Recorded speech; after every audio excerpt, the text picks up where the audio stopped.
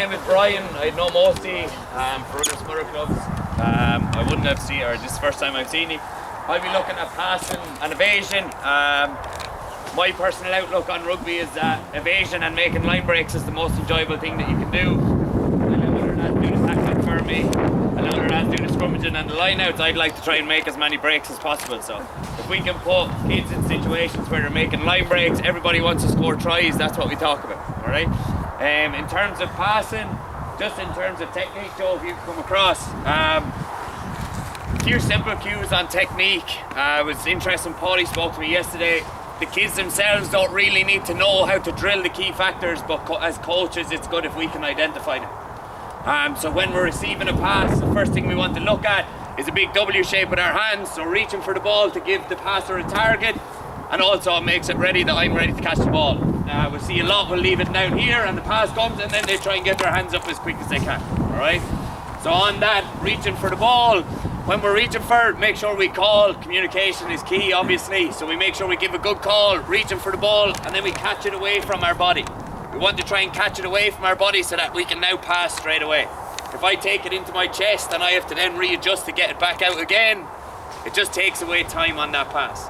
As we see with 7, 8, 9-year-olds, it's going to be a case where they do take it into their chest, and that's completely fine. It's just a progression that we want to try and reach, alright? On that again, when we're catching, we try and keep it up, the ball nice and high so I can pass straight across. We'll see a lot, we'll catch and swing from down here, and it's a habit we'd like to get rid of because the ball is probably going to go up into the air. All good? Then our last point, all it is when we're making our pass, we try and shoot the guns is a good one that kids seem to love. Point at your target, follow through on your pass sort of thing. So if I catch from here, I turn, point at my target. It just gives me more accuracy on the pass, follow through, and then I know where the ball is going. You will see, I'll still see, even playing senior rugby at the minute, lads will still put their hands at the ground, that's where the ball goes. You'll see a lot of swinging back to here and the ball end up going behind, alright? So we'll just get into groups of 3 as quick as we can. Get a ball in that group of 3, and we'll just be standing in a flat line. And all we're just trying to do, so it will be in a flat line, so straight across, 3 in a row. And all we're doing is pass the ball across. Yeah, we can do it.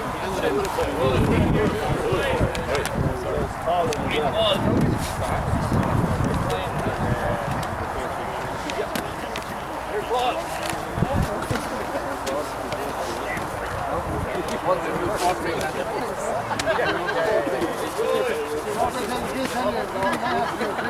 Good, make sure we're reaching for the target. Come on, you're W. Oh, sorry. I think we're in a lateral line. Good, another 15 seconds.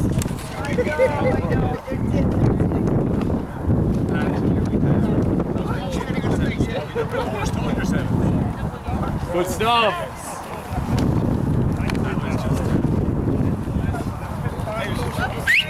Good, alright, so on that, again, just thinking of the cues all the time. We want to reach for the ball, want to try and catch it off our chest, bring it across our body, follow through to the target, alright? If we can focus on getting our 7s, 8s, 9s, 10s all the way up, just even producing a W shape before they catch the ball, then that's a success. Because that's one of the steps that we've already ticked off, alright? So we want to make sure that we can try and progress all the time. And then like who had the question on when to speak to them. So a real good one that I find is if someone throws a pass that isn't exactly ideal and it goes behind them, as they're walking to the back of the grid, you can say to them, where did your hands go after you passed that ball? And then they have to think, oh, it went backwards. So where do we want your hands to go? Point to the target, perfect. Someone drops the ball, instead of chewing them for dropping the ball and saying, I'll pick it up, what are you doing? As they're coming back around, say, well, your hands up before you look for the pass. Easy ways to talk to them while they're on the go. Alright, so that's our technique side of things. Then we look into just small drills that can drive it. I know a real common one that we probably see is lines of 4, 10 groups deep, and they just pass all to the end and then run out. And we see loads of coaches, as coaches we get frustrated. Why aren't we going quicker? Why aren't we pushing it harder? And that's the sort of stuff we see. Something that I'd like to add to my passing, any of my passing sessions, is time constraints. So we're only here for 60 seconds. We want it to be as quick as possible. Or we want to see how many passes we can get in 30 seconds. So if I could just get 4 people on these cones and then another 4 in behind, so it'll be 8 in total.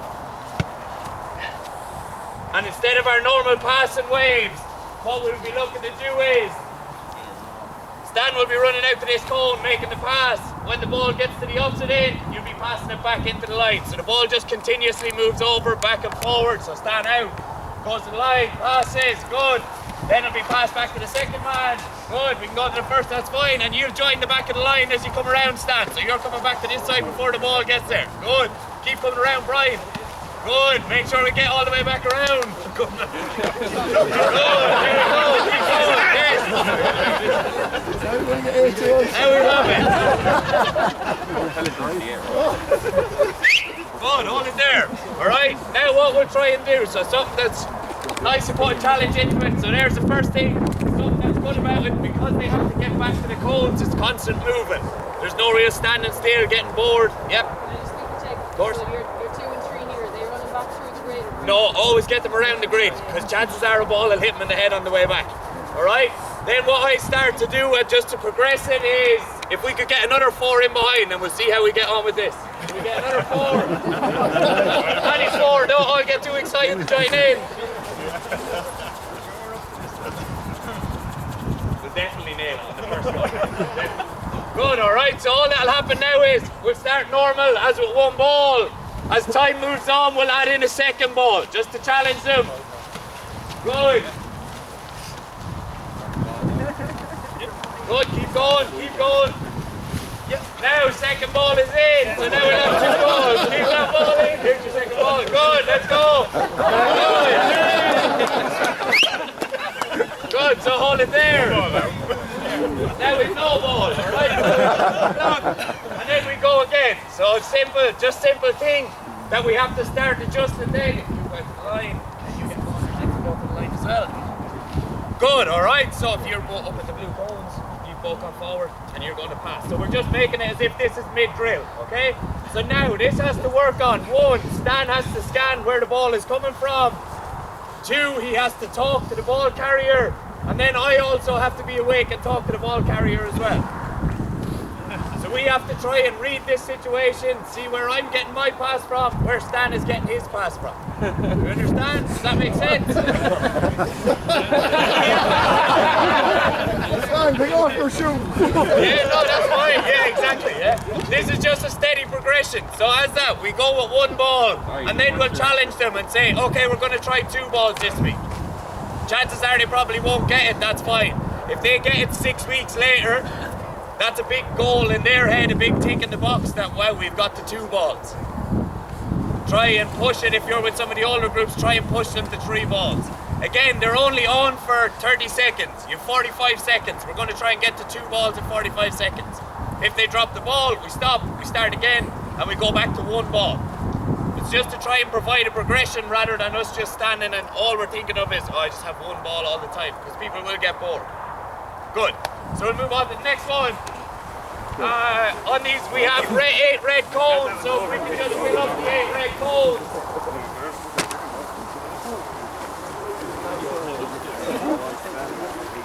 Good, we just fill up these 8 red cones. Again, this is just another twist on some of our passing waves, alright? So, instead of us having 2 lines facing each other where I'm standing and just looking and handing the ball over to the far side, it's just a simple L shape we can see with the cones.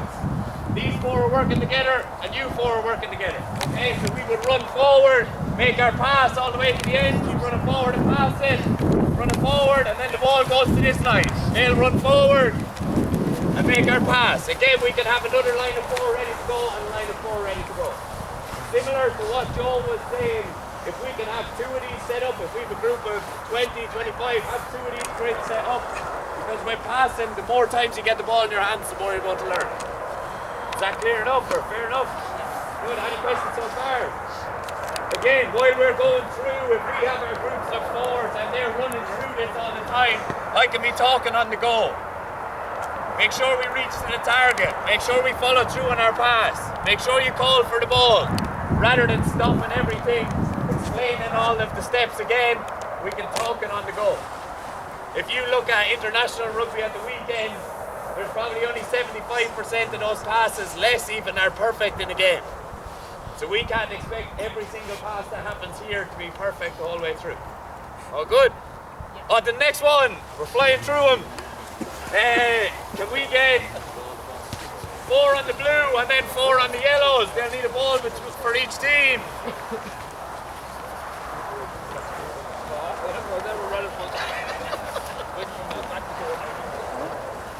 Good, so it'll just be 4 on each side. Thank you, and the ball. Good, can we get one more on this, one on the blue here? Or can we scan on here? Perfect, alright. So now we'll just see, we started working on technique and trying to go slow enough through it. Now it puts them under pressure. So we'll have pass and relays. So it's yellows against blue. We'll have one round of it. See how we go. All you have to do is, I would start with the balls, and then I would feed the balls to the players. They have to pass, make their passes, get around the cone at the far side, pass all the way back, and the first person to score here in their team is the winner. We have a quick go? Good. Have to get out around your cone and then get the ball all the way back. First to score is the winner. Drop ball there. Yes, well done.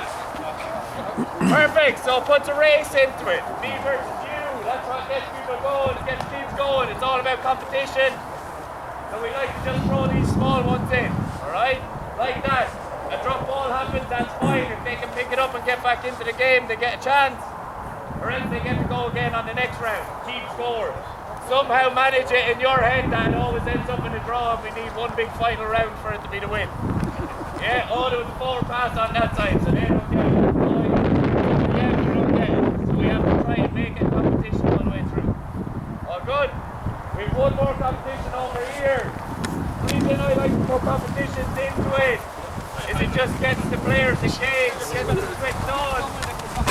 This one will take a few more meters, so we're going to fill up these white and red cones. Just this channel here, so can I get these red cones filled and these white cones filled? Good. Good, the white cones on this side need to be filled as well, please. Perfect, alright. So you can use something like a line to split the two teams. Can I get these two white cones filled, anybody? And a red one here. Good, so again, it's just another relay race. I would use the line as a marker. I probably mark this out a little bit further, so I might have the red line starting back here and try and have an equal distance between the two. Okay? All you have to do if you want your hands, yeah, perfect. On the go, just run out to the line, stop and turn and pass to the next person. Alright? They have to run to the line. What you'll see is going against each other, so you're facing the person you're against and you'll want to beat them. The simple one will be play to the end. Whoever gets to the other end first is the winner. Then you can introduce, we're going to go over and back. We're going to go over and back twice. And you'll start to see technique falling apart. Especially when it gets to 3 and 4, technique falling apart. Players learn it all the time. We want them to be able, we want to try and push them. If anything, by them failing, it's a success for us as coaches because they'll learn something. If I just put them in 4 and 4 passes, they just draw the pass and then they don't touch the ball again for another 2 minutes, they're not going to learn anything. Yeah, it's just a waste of time. Well, in their mind it's a waste of time, so we want to get the ball through their hands as many times as possible. If you have enough numbers, team 1, team 2, team 3, team 4. Quick knockout tournament or round robin, 1v3. Oh, you're the winners in all your games. We're going to put you against each other now, see who the champs are. Get them excited and go.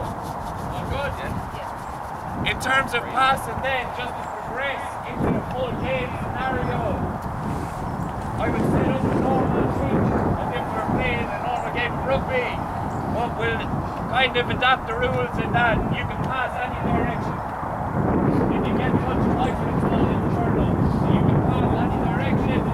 Gets them used to catching passing, reading situations in front of them, and being able to execute in the game. I know we have a big drive on, they have to learn how to pass backwards, but if we can start with passing in any direction and they're capable of catching the ball from anywhere and passing it anywhere, that's a good step in the right direction. Then we can progress it from there to, we're going to play normal tip. You have 5 tips and it's a turnover. In one of your tips, you're allowed to pass the ball forward. Alright, so usually we always pass it backwards, then we're allowed to pass forward. Why does it have a good pass forward? What does it replicate? Kick, yes, or do, what is it? Quite throw,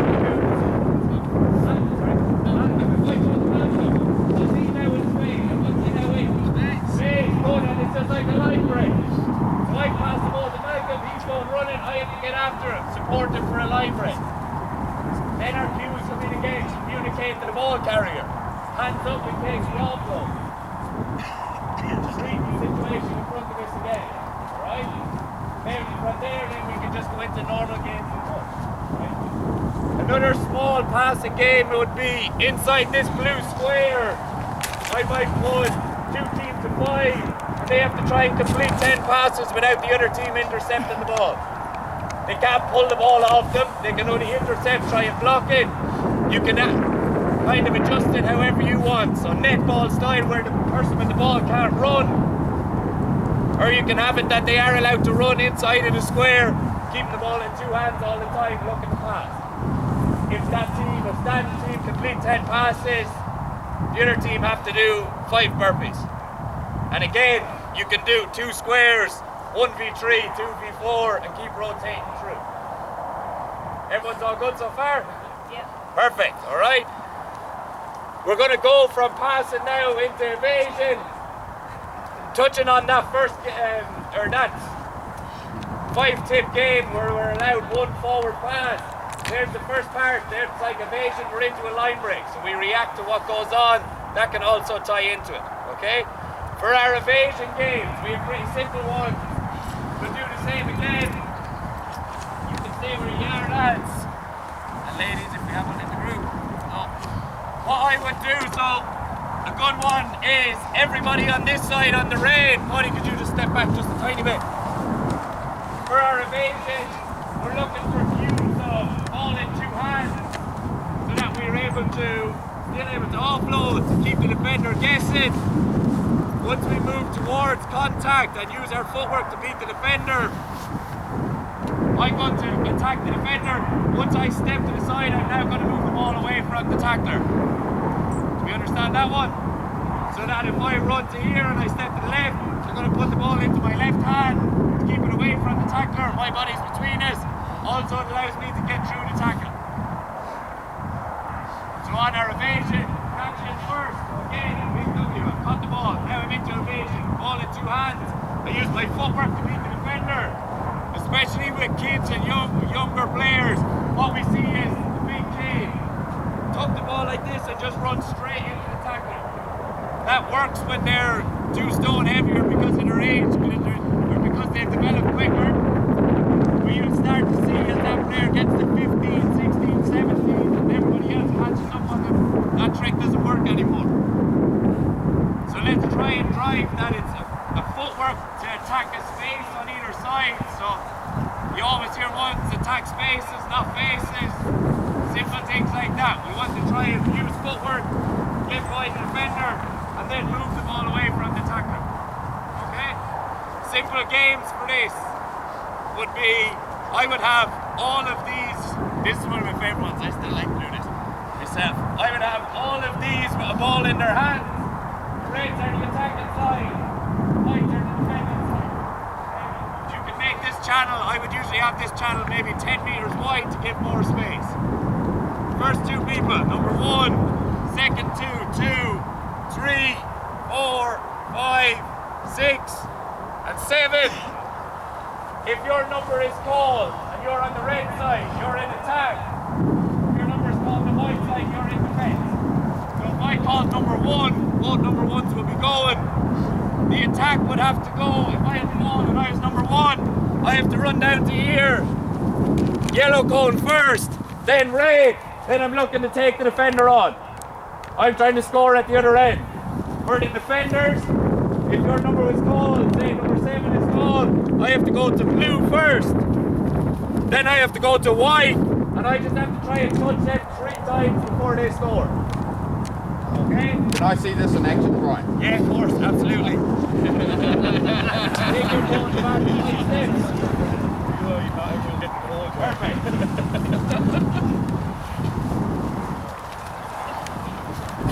Good, so defenders, what colour cones are you going to?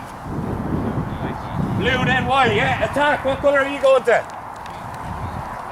Green and blue, perfect. You ready to go? Or sorry, yeah. No, yellow and red is for the attack. Yellow and red is for the attack. Ready to go. 5, number 5, go! Good, try and take him on. 1 touch. Good, chase him down. Good stuff, scoring at the end. We'll do one more, number 7. Good, try and touch him 3 times. 1 touch, good. Really good. So the thing that we like to encourage, the reason we have 3 touches is because we want to encourage the attacker to take on the defender. It's not the end of the world if you get touched once. Because if you take on the defender, chances are we could break the tackle. And we want to make sure that that's what we try into the play. Saying you will see an awful lot. It gets very competitive. You get lots of hard takes and back, which is really good, what we want to see. I will do this, have a practice round, you're all on attack, you're all on the red, offside, you're going to practice round, offsides again, and then keep scores. So Reds will get a chance to run up the score. If they don't get touched, they get 3 points. Get touched once, they get 2. Touch twice, they get 1 point. Touch 3 times, they get no points. And then just give them a total. Then they might get to 21. White team, you will now have a chance to try and beat them. All good? Perfect. Next game we'll move on to over here on the far side. Right, take 4 rugby balls.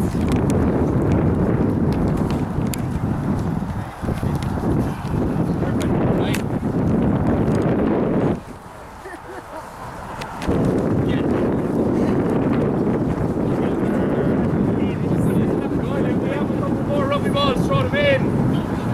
We could get 4 in total. Then if you haven't been involved in a game so far today, you need to step up into this one. Get you going. You'll be running for about 90 seconds. That's about it. 1, 2, 3. Good. We need 10 people in total. I need 5 on each side. And let's step up into there. Yeah, if you're getting cold, this is the perfect one to jump into.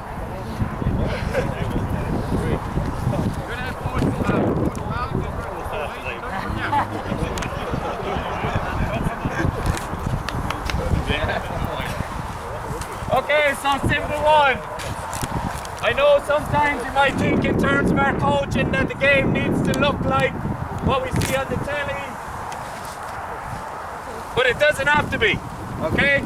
It's a real simple game.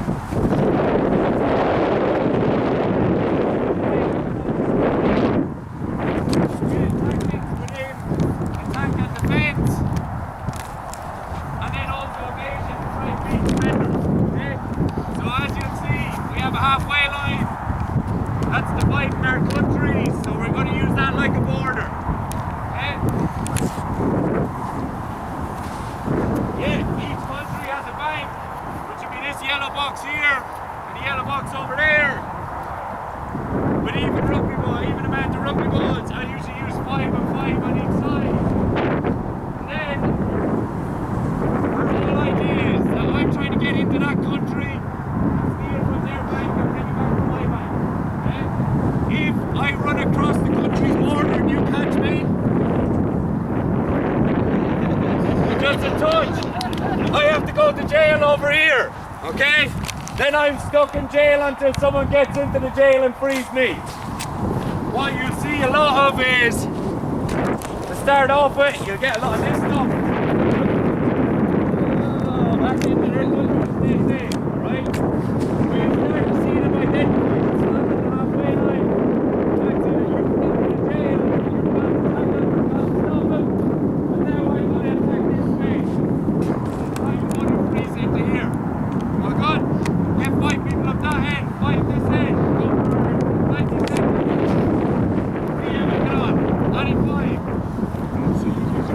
sheet for this game can be found at portarlingtonrugby.com.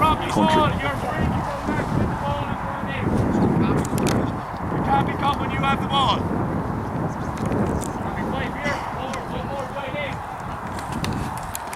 Good, let's go.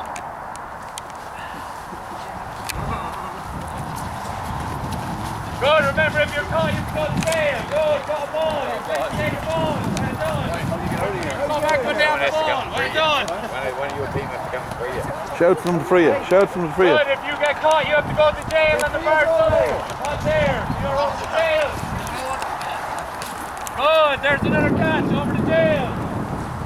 Good, free to take a ball. 30 seconds left.